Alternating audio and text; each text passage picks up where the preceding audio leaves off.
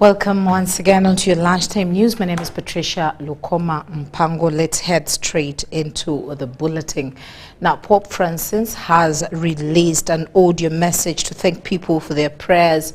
The Pope, of course, has been in hospital fighting double pneumonia for almost 3 weeks now. Last night, the Vatican said it will stop issuing daily updates on his condition because, as they put it, it's about their stability of a clinical picture. Let's hear more in this report.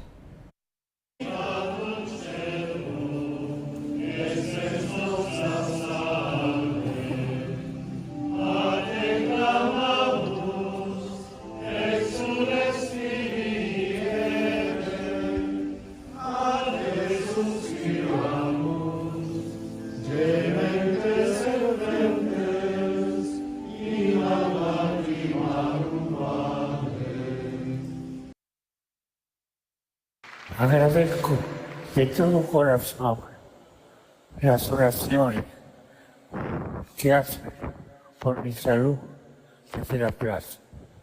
Los acompaño de acá. Que Dios los bendiga y que la Virgen cuide. Gracias.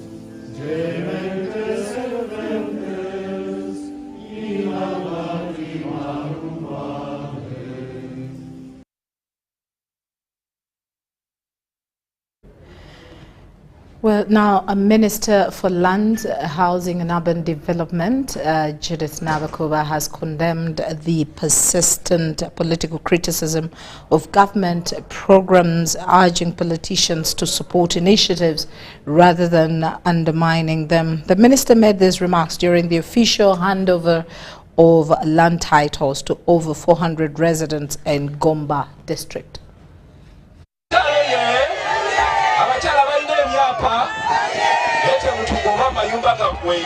Landholders and registered landlords to find ways of having some of these issues resolved. And we are also working hard to have the COOs captured on our land information system. Right now, the data that was captured, I'm aware that it is within the sub-county. It remains within the sub-county and the district headquarters. But now we are negotiating on how to create portals and enhancements on our land information system so that such data can also be captured and appear on the mother title. Development. Representatives of the same Ministry of Lands, members of Parliament, district, local government leaders, development partners, especially from Germany, financial sector representatives, civil society, and of course, all these beneficiaries here today. A good afternoon. It's a great honor for me to be here today as we celebrate a significant achievement in Uganda's land history, land governance history. The issuance of the certificates of occupancy to tenants of private sector Milo land. As we have heard earlier, in a few speeches actually this morning, this is not about documents. This is actually about securing land rights, unlocking economic potential, and fostering a more stable economy and country. Gomba district. This event is not just about the handover of documents, but the empowering of communities with secure land tenure, access to financial opportunities, and a pathway to improved livelihoods. On behalf of GIZ Uganda, I extend my deepest appreciation to the government of Uganda, the Ministry of Lands, Housing and Urban Development for the partnership we have formed. Our donors, the European Union, and the German Federal Ministry for Economic Cooperation and Development, BMZ, as well as the district local governments, private sector, and civil societies for making this moment possible.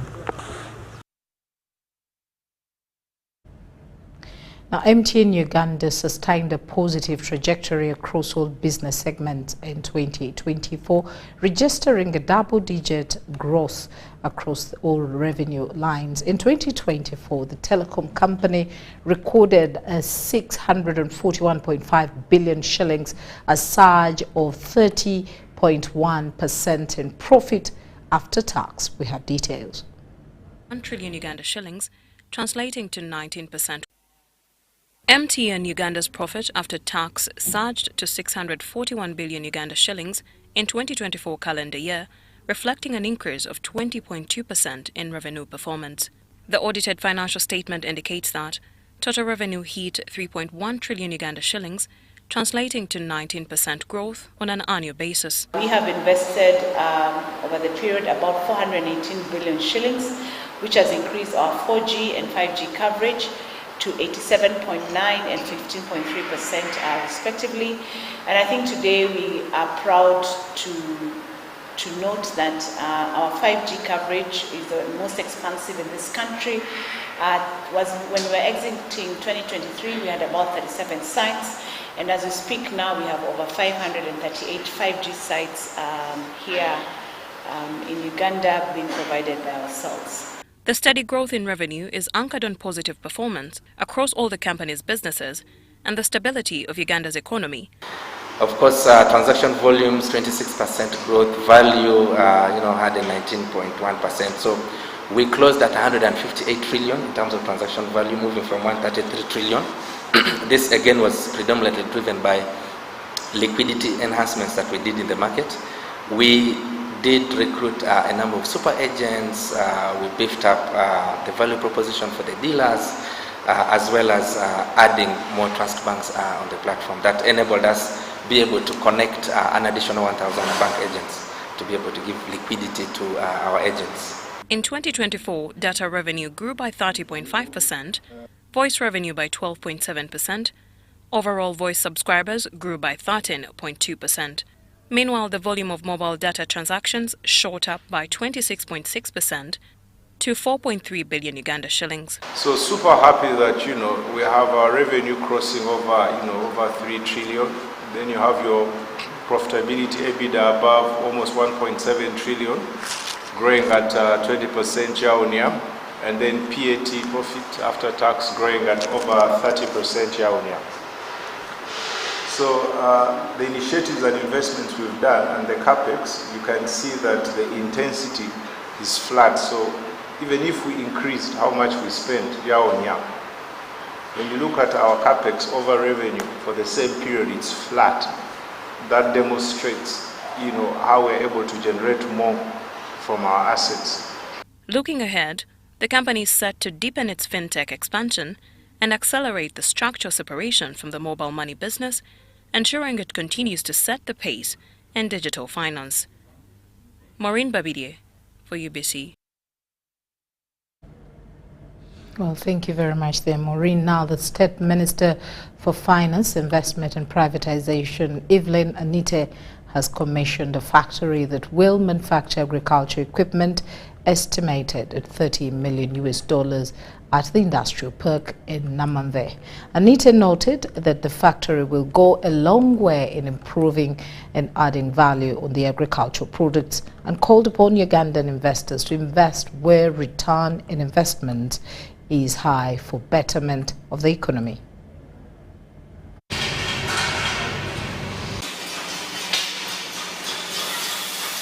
A factory producing agricultural machinery has begun operations in Namamve Industrial Park, aiming to supply both Ugandan farmers and regional markets. Staunch machinery, backed by a Lebanese investment, will manufacture tractors, maize mills, milk coolers and generators. The facility's opening is in line with the government's push to increase domestic manufacturing of essential agricultural tools. Very deliberate these days. We have given them clear sectors, like the unique sector that he's in, assembling tractors, making generators. This is not common, and milk coolers. So this is very unique. We don't want them to also come in and do what the ordinary Ugandan can do. We expect them to do knowledge transfer. I'm happy that he has brought a team from Lebanon to come and train the Ugandans, and I'm very happy with him. He kept on saying as we were touring, let the Ugandan do. Let the Ugandan show to us that she or he can make the product. As a honorary consul of Uganda to Lebanon, I want to call all investors from Lebanon and around the world to come to Uganda. If you see now on the news, every day we hear two countries fighting, but you see Uganda is peace and safe. This thing cannot happen if we don't have a president like our president, His Excellency General Yoweri Kaguta Museveni. He has made peace.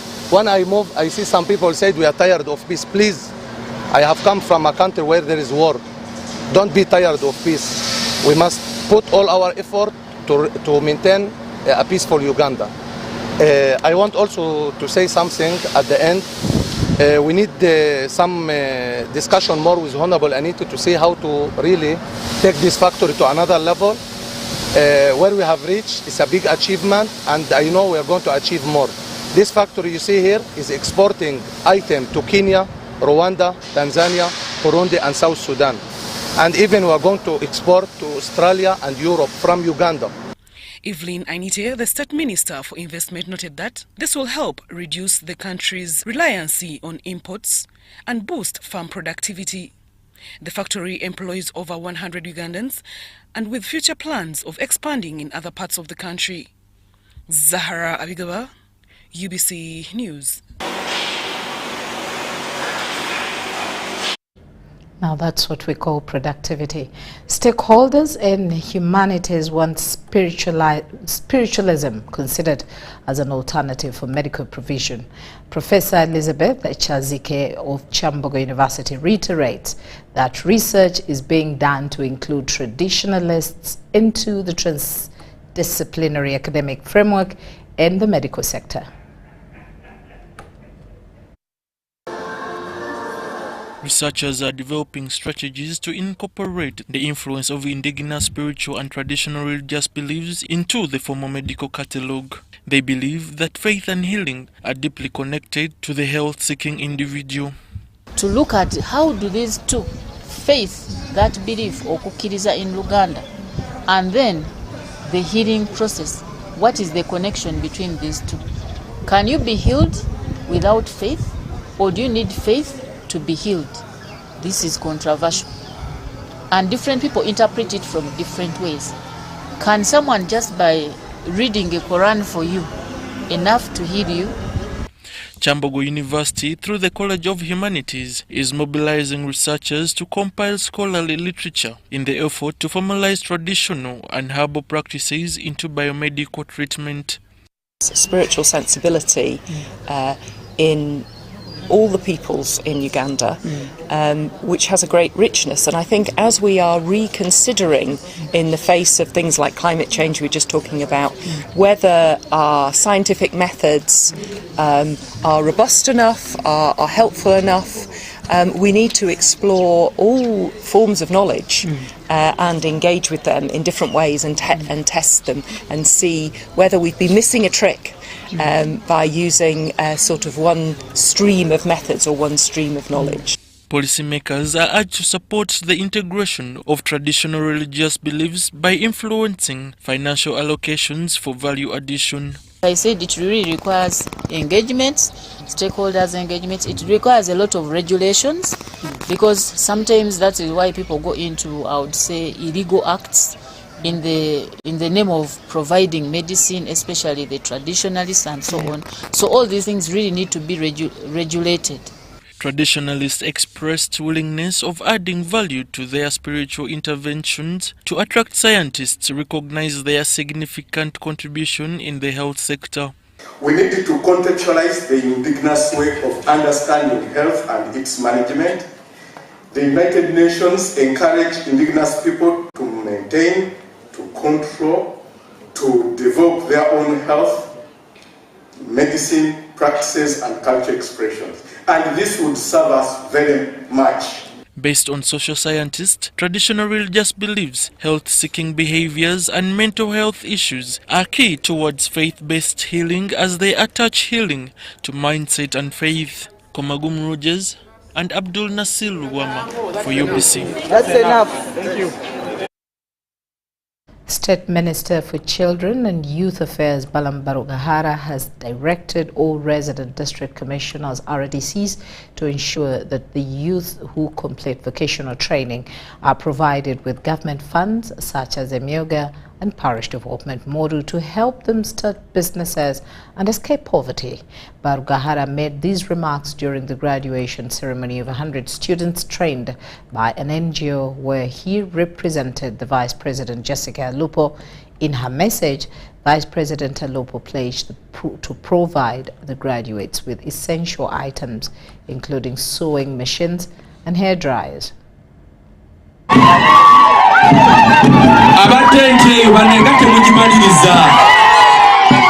It has congratulated the owner of the institute for skilling and empowering young people using his own resources, thereby supplementing government programs that are taking place at the moment. The President has pledged at an appropriate time to find time to meet Mr. Chimbugwe and your board so that you discuss how government can support you to ensure this goes the project you are carrying on is successful. Okulabanga mu maaso go ogenda kolokolo mukolo gw'okutikira abakyala 7 n'abaami 2 era abadde bateekateeka bwe tujja ku graduations nga zino basaba ne banyabo njagala okubajjukiza nti eggwanga lino lye tulimu rate at which emirimu bwe gitandikibwawo oba bwe gigunjwawo eri 1%. Kyokka nga buli mwana buli mwaka tufulumya abaana bayitirivu. To the government of Uganda in order to seek for some hope. We have been studying here at Kazo Central Reskilling and we've tried to learn some courses, e.g. hairdressing, tailoring, bakery and decoration.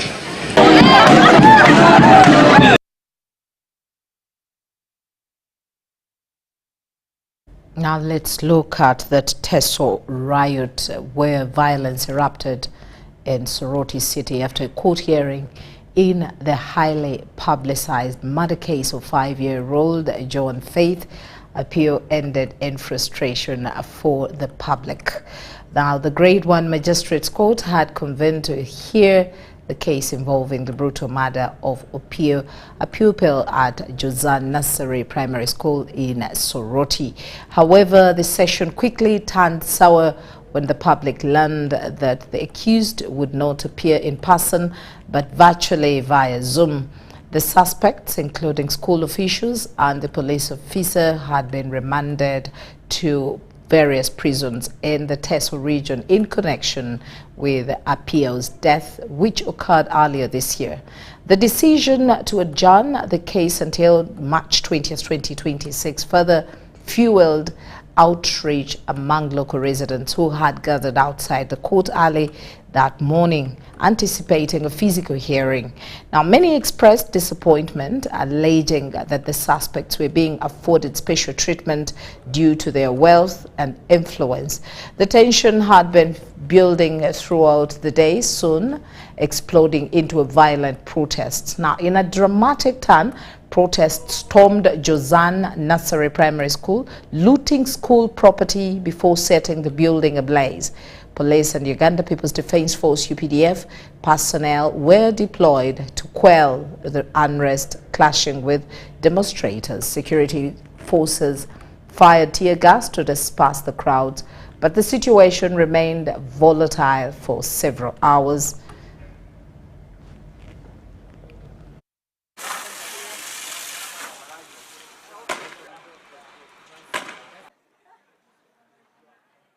And we will be bringing that story in our subsequent bulletins. Let's take a short break and return with more news.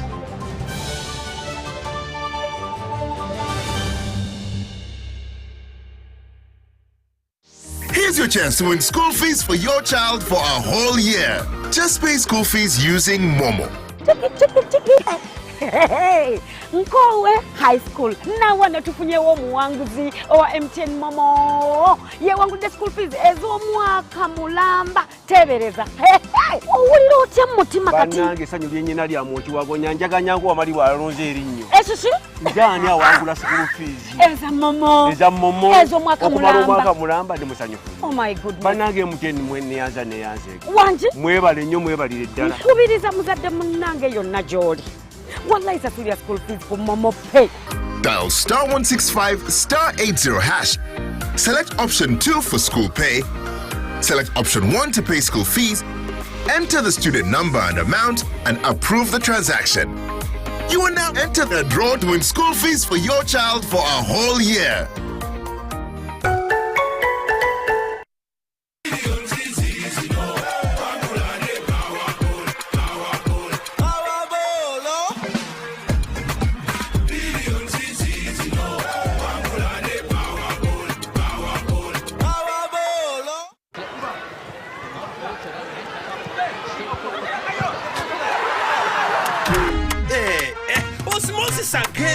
Osmosis try to pay. Money was a laugh. He checked every pocket. Money was a laugh. Osi, we're sorting it. With the Momo, we're sorting it. Osmosis checked again. Money still not enough. He looked everywhere. Hey, but what is going on? Osi, we're sorting it. With the Momo, we're sorting it. When your money is not enough, we're sorting it with MTN Momo. Use the Momo app or dial *165 *5 hash to add call with Momo Advance and pay bills, send money or buy bundles.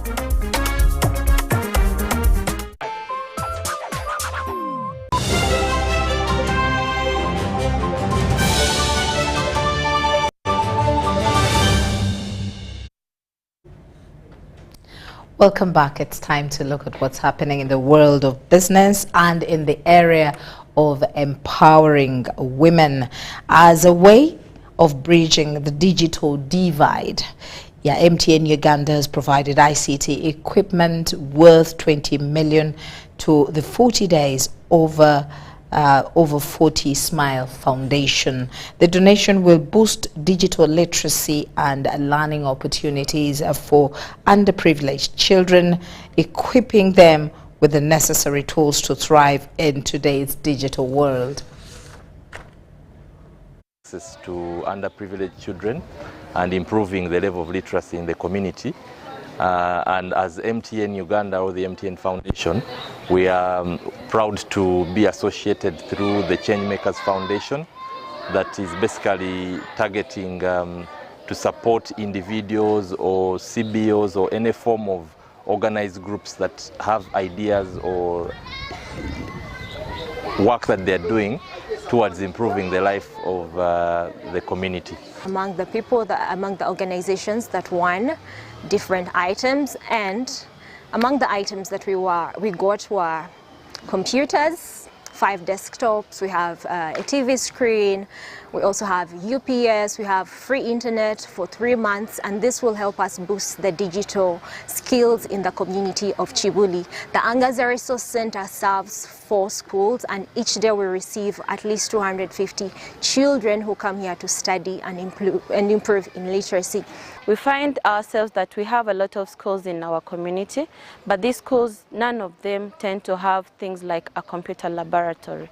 But with this grant and this organization that is a non-profitable organization, we have believed that this system is going to be accessed by all the surrounding schools, and each school is going to be granted access to this organization, to this resource center, and they will be able to use these computers at a free cost.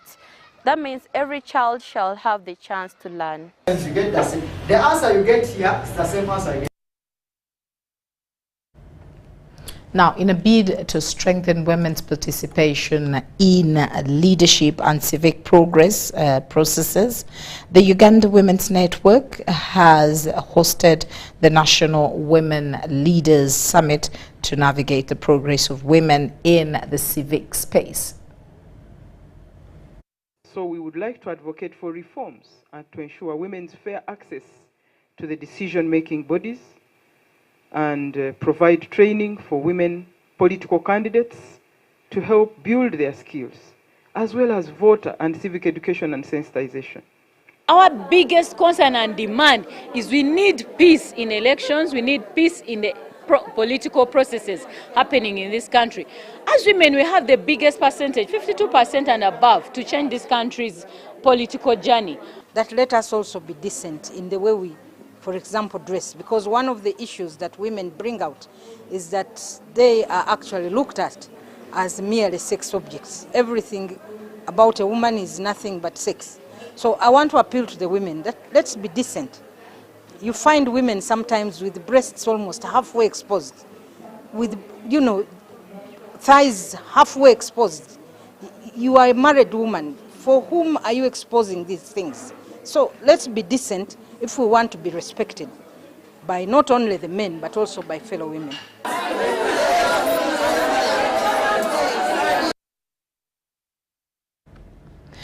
Now, as Uganda gears up to join the rest of the world to commemorate the International Women's Day, women in the country have been encouraged to get more involved in climate activism. This call has been made by Maureen Twikirize, the founder Climate Impact Initiative Uganda, during an exclusive interview with UBC TV.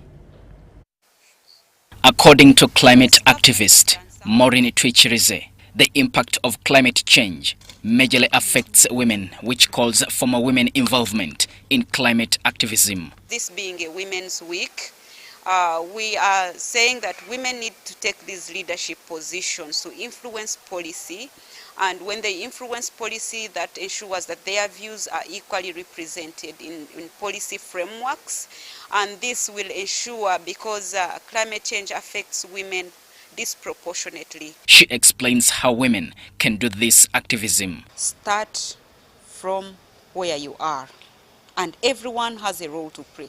Just start from where you are. Begin by talking to your child about environmental sustainability, about securing the future, the green of the future. Begin by sharing with them how, when this environmental sustainability is secured, how is it going to be helpful to them. That will ensure that that woman down in the grassroots is raising a generation that takes environmental sustainability as a priority. In her activism, Maureen Twikirize and her colleagues are also embarking on a dialogue aimed at demystifying the intricacies in the climate change world. To restructure these policies to favor the vulnerable people, who are the refugees, who are the women, who are the children, and who are these migrants that are actually transiting from one place to another.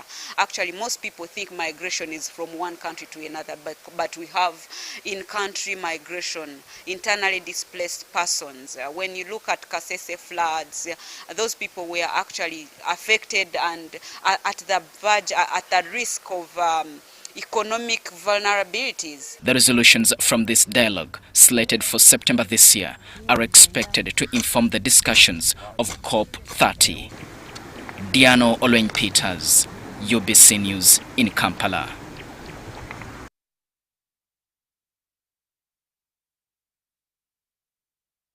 Well, once again, thank you so much for allowing us into your lunchtime space.